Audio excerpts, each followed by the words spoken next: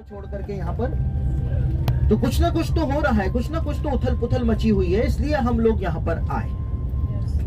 तो mount of बीएटिट्यूड्स पर आपका बहुत बहुत स्वागत है, पहाड़ी उपदेश पर आपका बहुत बहुत स्वागत है। और वहां से फूल पत्ती पेड़ पौधे जड़ से उखाड़ेंगे नहीं कि आप सोचेंगे नारियल का पेड़ ही उखाड़ के ले जाऊं।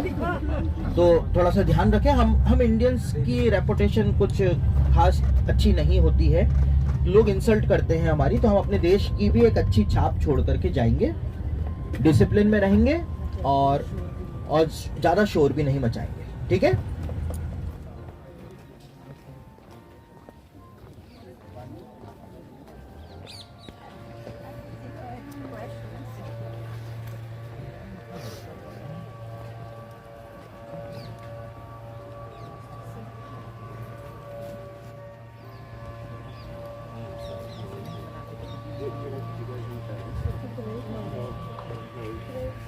The sister, if you want to, go ask the sister.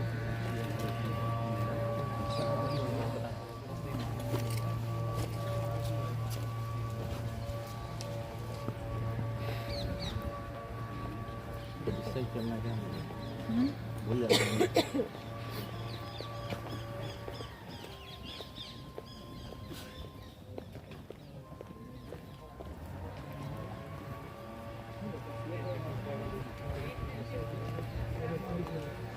In this video, you can hear the twitter of the birds.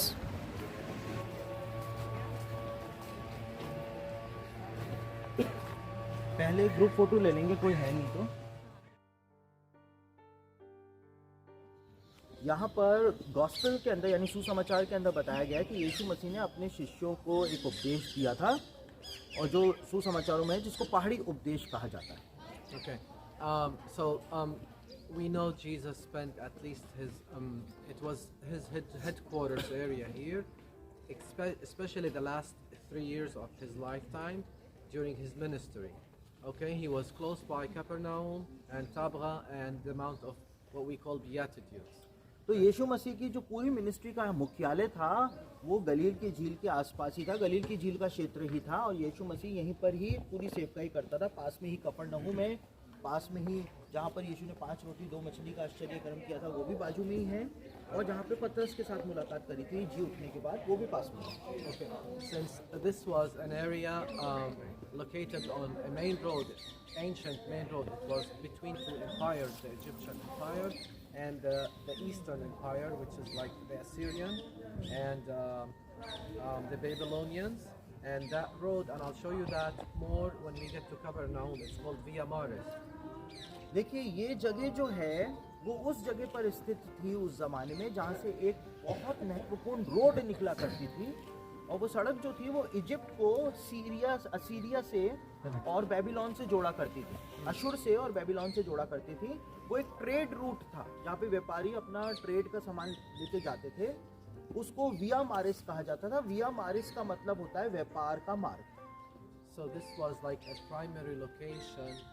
Back then, ancient times, we did not have a Twitter or internet, so this was a prime location to spread the word.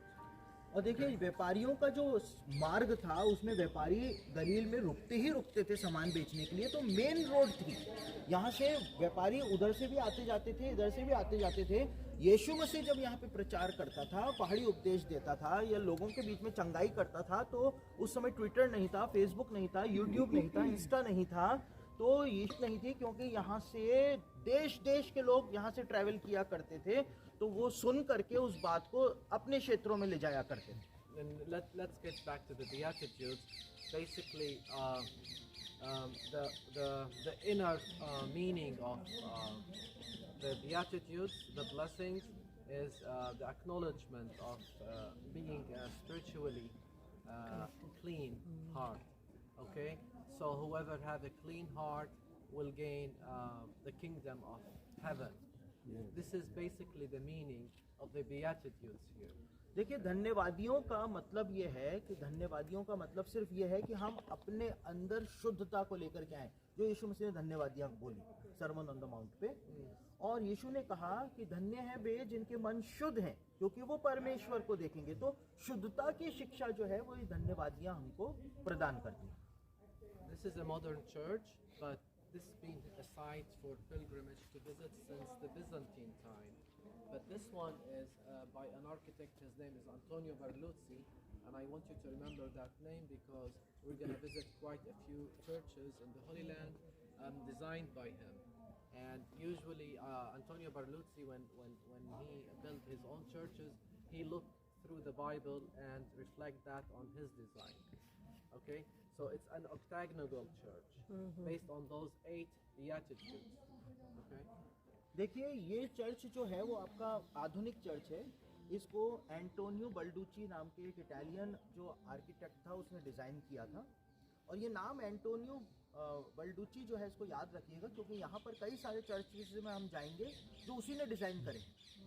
और यहाँ पर उसने ये जो यहाँ पर जो Byzantine साम्राज्य हुआ करता था उसके ज़माने से यहाँ पर जो तीर्थ यात्री हैं वो आया करते थे। इस चर्च में नहीं, ये मॉडर्न बिल्डिंग है, लेकिन इस जगह के ऊपर आया करते थे कि यहाँ पर यीशु ने पहाड़ी उपदेश दिया। एंटोनियो बल्डूची जो था उसने इसको अष्टकोणीय बनाया था, ऑक्टेगोनल बनाया था। क्यों बनाया था उसने ऐसा डिज़ाइन किया क्योंकि 8 धन्यवादियाँ यीशु मसीह ने बोली थी, इसकी वजह से उसने इसको अष्टकोणीय बना करके सामने पेश किया। This is what you need to know here. I want you to enjoy. Go inside, check the altar, check the beatitudes written on the glasses on top, and just take photos. And as we agreed,